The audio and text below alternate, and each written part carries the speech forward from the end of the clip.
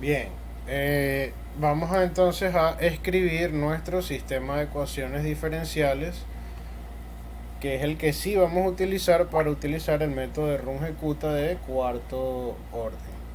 Vamos a empezar entonces con este primer término, que sería derivada de la posición en x respecto al tiempo es igual a b sub x, derivada de la posición en y respecto al tiempo sería b sub y.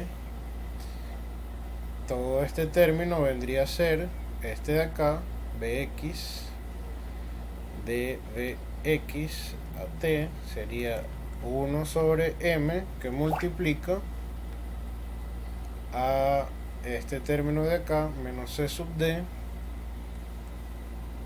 raíz de bx al cuadrado más by al cuadrado. Bueno, ya vamos a copiarlo de otra forma. Bx raíz de bx al cuadrado más b sub y al cuadrado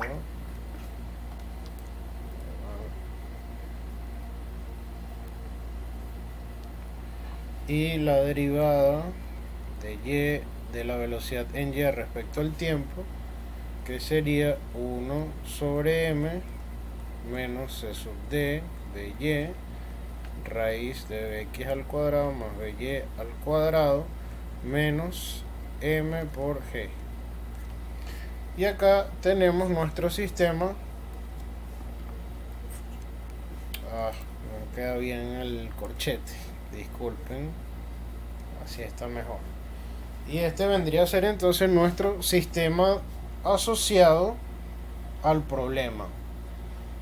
Bien, a nivel de programación yo voy a hacer lo siguiente: yo voy a redefinir o renombrar variables. ¿Esto por qué? Porque a nivel de programación yo necesito ir nombrando cada una de las variables como un número. Entonces yo voy a decir que mi primera incógnita va a ser la posición, va a ser rx, la posición en x, la segunda va a ser ry, la tercera va a ser bx y la cuarta va a ser by. Entonces, cuando nosotros acá en el código, ya para ir definiendo algunas cosas, las primeras tres líneas, bueno, ya sabemos que es para cerrar y borrar toda la información que tenemos en el prompt. Acá la sexta línea se refiere a la función, justamente estas tres ecuaciones. Vamos a copiarlas así para que se entienda un poco mejor.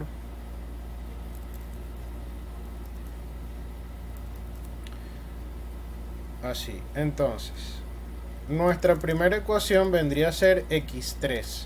¿Quién va a ser x3? Bueno, x3 es este que tenemos acá. Vamos a colocar aquí, vamos a borrar esto. Este vendría a ser x1, este es x2, este es x3, x4. Entonces vemos acá que para nuestra primera ecuación vamos a colocar 1.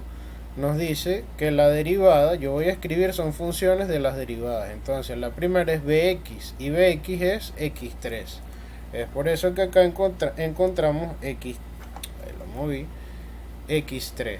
¿Por qué? Porque este está asociado a la velocidad en x. La segunda es by. Vamos acá, by es x4. x4, por eso encontramos acá x4. Ahora, con respecto a los demás, vemos que acá la tercera ecuación va a ser todo esto. Vamos a tener menos cd entre m. Acá, bueno, yo porque lo escribí de forma directa, ustedes podrían colocar una variable adicional, c sub d igual 0.5, por ejemplo, y la masa de, qué sé yo, 12 kilogramos, un valor, y ustedes reescribirían acá los valores correspondientes, que sería entre m y acá c sub d. Y esto sería como para optimizar un poco más el código, pero si no lo colocan no hay ningún problema.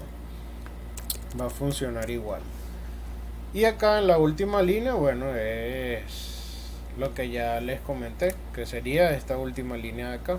Vemos que acá sería menos CD entre M, acá lo tenemos, CD entre M, por la raíz de la velocidad en X al cuadrado más la velocidad en Y al cuadrado dentro de la raíz. Vean que acá, para ver, acá cierra la raíz, todo esto es la raíz que multiplica x4, que es la velocidad en Y, esta que tenemos acá, menos la aceleración de gravedad. Bien, esto sería cómo escribir las funciones. Ahora, acá podemos ver el número de ecuaciones, que es 4. Si seguidamente vemos estas condiciones iniciales, que son estas, vamos a colocar acá condiciones iniciales escalares. Vemos que B sub 0 vale 30 metros por segundo y esta es la altura inicial. Fíjense que en su proyecto ustedes van a mantener acá 0, bien, la altura inicial, pero en estos dos valores ustedes deben utilizar las proyecciones que yo les di por acá en las primeras líneas de esta explicación, que vendrían a ser esto. Vendrían a escribir B sub 0 coseno teta en dirección X y B sub 0 seno en dirección Y. Solo deben cambiar estos dos parámetros. Es decir, van a colocar B sub 0 por coseno del ángulo, y acá no sería 0 sino B sub 0 por el seno del ángulo, y listo. No hay ningún problema por ahí. Estas serían las condiciones iniciales. El tiempo inicial, bueno, en este caso nuestra simulación va a empezar en 0. La discretización temporal es cada cuánto, qué tanta resolución queremos. Esto a fin de garantizar dos cosas. Primero, que el método sea estable, y segundo, que se tenga una buena resolución en las gráficas obtenidas. Yo podría disminuir el delta t a 0.5 segundos, o mejor dicho, aumentar o disminuirlo un poco. Vamos a trabajar en este valor para ver cómo se comporta el código. El tiempo final, ustedes tienen varias formas de estimar este tiempo final de cálculo. La primera vendría a ser calculándolo en el caso ideal, es decir, sin resistencia aerodinámica. Calculan el tiempo de vuelo y le agregan un pequeño factor adicional. Por ejemplo, si el tiempo de vuelo nos dio 5 segundos, podríamos estudiar unos 6 segundos como primera instancia.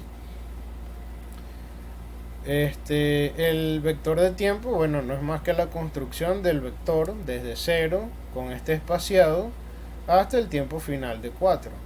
El número de puntos temporales, la longitud del vector t, y luego yo declaro un vector de soluciones. Fíjense que acá estoy creando un vector de ceros, o mejor dicho, una matriz, donde nt va a ser un vector que me va a dar la solución en cada instante. Yo acá voy a buscar la solución en cada instante, y acá para cada una de las incógnitas, es decir, posición en X, posición en Y, velocidad en X y velocidad en Y. Seguidamente voy siguiendo el algoritmo que me da el método de rungecuta, que es justamente toda esta serie de pasos. Para el paso 1, bueno, definimos un h o un delta t, que sería igual a b menos a entre n. Vamos al código. Paso 1 ya se realizó al definir el paso de discretización temporal dt. Este paso ya lo realizamos un poquito acá arriba, que es dt. Ya nosotros lo estamos imponiendo. En el paso 2, vamos acá, nos dice para j desde 1 hasta el número de ecuaciones, vamos a asignar las condiciones iniciales. Acá simplemente estamos asignando las condiciones iniciales del problema. En el paso número 3 vamos a desplegar en la ventana de comandos la siguiente información: tx1 y x2, que es lo que queremos encontrar. Si ustedes quisieran, pueden desplegar x1, x2, x3 y x4 para incluir también las velocidades en x y y. Para el paso, bueno, vemos que acá el paso 3 es esto, simplemente desplegar esos valores. Para el paso número 4 ya entramos en el bucle de cálculo. Vemos que nos dice que o for, mejor dicho, for, para valores de i desde 1 hasta n, vamos a realizar los pasos del 5 al 11. Y acá están todos los pasos bien explicados. En el paso número 5 vamos a calcular un primer parámetro. Fíjense que acá vamos a multiplicar el dt por el valor de la función. Este k1 viene a ser un vector, el cual va a ir actualizándose en cada uno de los ciclos o de los pasos de cálculo. Entonces, este método funciona realizando una especie de correcciones. Cada uno de estos coeficientes, fíjense que k1 lo tenemos acá y solamente depende de la evaluación de la función. ¿Qué función? Esta que tenemos acá, toda esta función. Mientras que el coeficiente k2 va a depender de los valores de esa función evaluada en cada instante, más una pequeña corrección, y esa pequeña corrección va a ir con el cálculo de cada uno de los coeficientes. Entonces, K1 no depende de más nada que del tiempo actual. K2 va a depender del tiempo actual más el coeficiente K1. K3 va a depender del tiempo actual más el coeficiente K2. Y K4 va a depender del tiempo actual y del coeficiente K3, que son factores de corrección.